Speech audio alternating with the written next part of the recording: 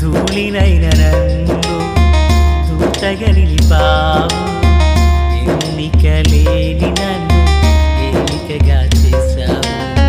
ధూళినైన నన్ను దూతగా నిలిపావు, ఎన్నిక లేని నన్ను ఏలికగా చేశావు. భూమి విరిగి ఫలమిచ్చెను, మేఘమిరిగి వర్షమొచ్చెను, రొట్టె విరిగి వృద్ధి చెందెను, నన్ను విరిచి వాడుకోమయ్యా.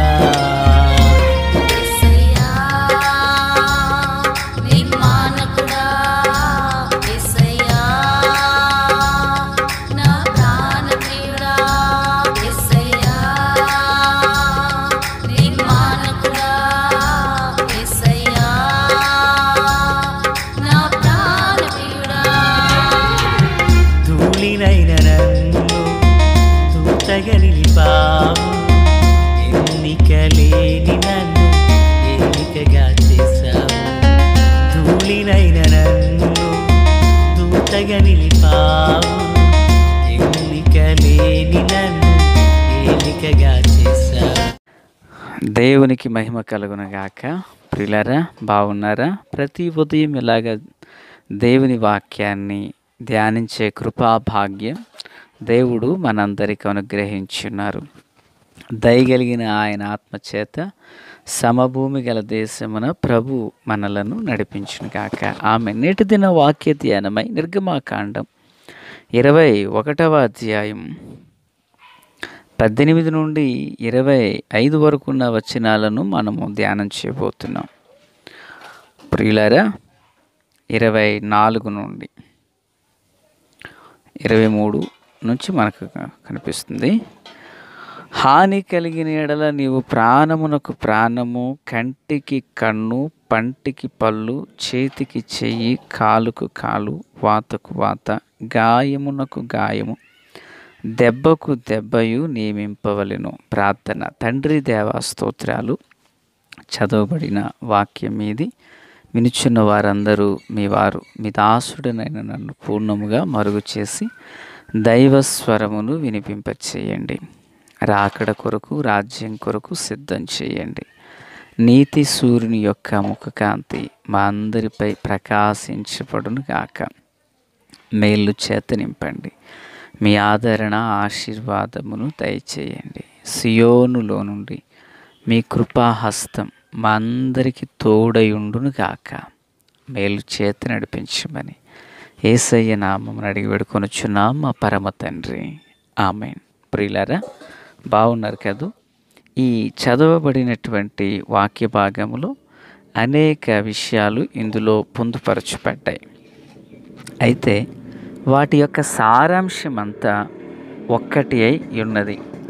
ఏంటా సారాంశం అంటే, ఏదైనా హాని కలిగినప్పుడు మనుషుని ద్వారా కంటికి కన్ను, పంటికి పన్ను, చేతికి చెయ్యి, వాతకు వాత, దెబ్బకు దెబ్బ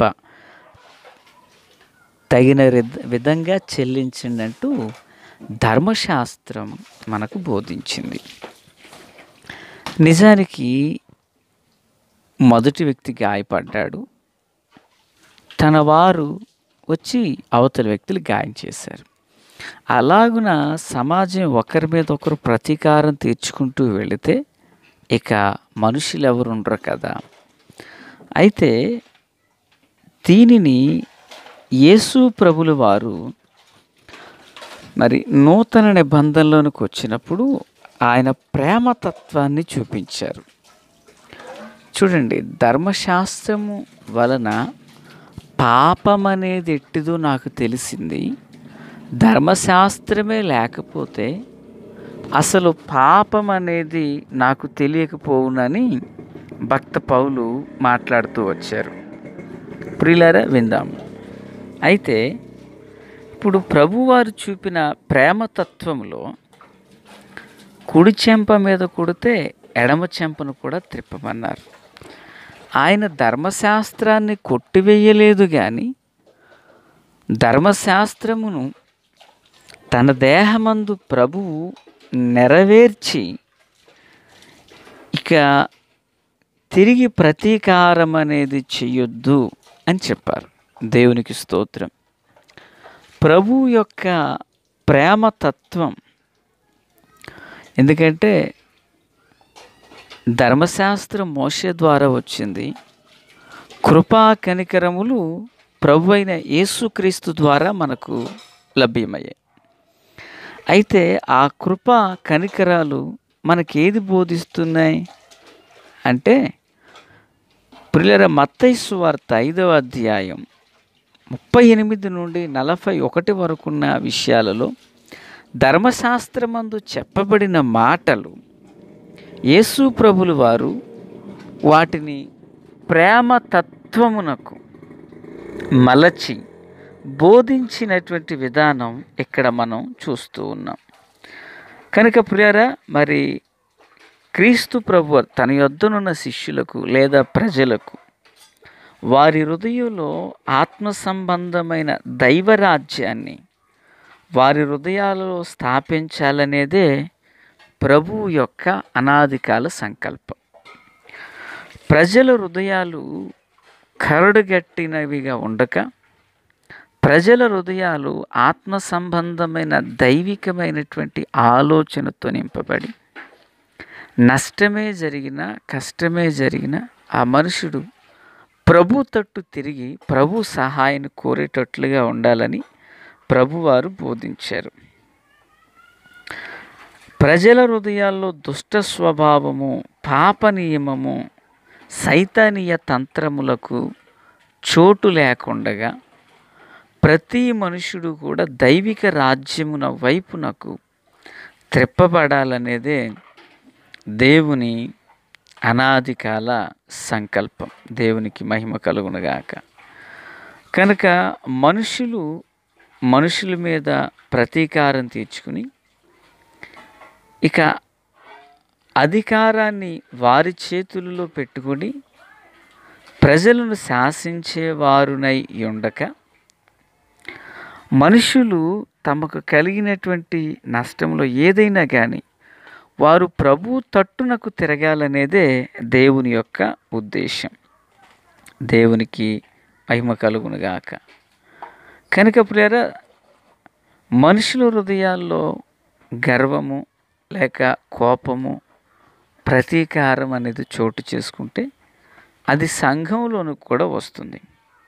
కనుక అట్టిది మానవ హృదయంలో లేకుండగా మానవ హృదయం దైవత్వముతో నింపబడితే సంఘము, సమాజము క్రీస్తు ప్రేమ తత్వముతో నింపబడుతుందనేది దేవుని యొక్క ఆలోచన. కనుకనే ప్రభువారు ఏం చెప్పారు? ఎవరైనా నిన్ను 1 కిలోమీటర్ నడవమంటే నువ్వు 2 కిలోమీటర్లు నడువు. ఎవరైనా నీ కుడి చెంప మీద కొడితే ఎడమ చెంపను కూడా త్రిప్పు అంటూ ప్రభువారు బోధించారు. ఈ విషయములన్నీ కారణం ఏంటంటే, మానవ హృదయంలో ఈ భూ సంబంధమైనటువంటి వాటికి పగలు ప్రతీకారాలకు చోటు లేకుండా దైవికమైన ఆలోచనతో నింపబడి మానవ హృదయం దైవిక కోవెలగా మారాలనేదే దేవుని యొక్క ఉద్దేశం. చూడండి, ఎఫెసీయులకు రాసిన పత్రిక 6వ అధ్యాయం 9వ వచనంలో, యజమానులారా, మీకును వారికి యజమానుడైన వాడు పరలోకమందున్నాడనియు ఆయనకు పక్షపాతము లేదనియు ఎరిగిన వారే వారిని బెదిరించుట మాని ఆ ప్రకారమే వారి ఎడల ప్రవర్తించుడి అంటున్నారు. చూడండి, కొలసీలకు రాసిన పత్రిక 4:1, యజమానులారా, పరలోకములో మీకును యజమానుడు ఉన్నాడని ఎరిగి న్యాయాధిపతియు ధర్మానుసారమైనది మీ దాసుల ఎడల చేయుడి. అంటే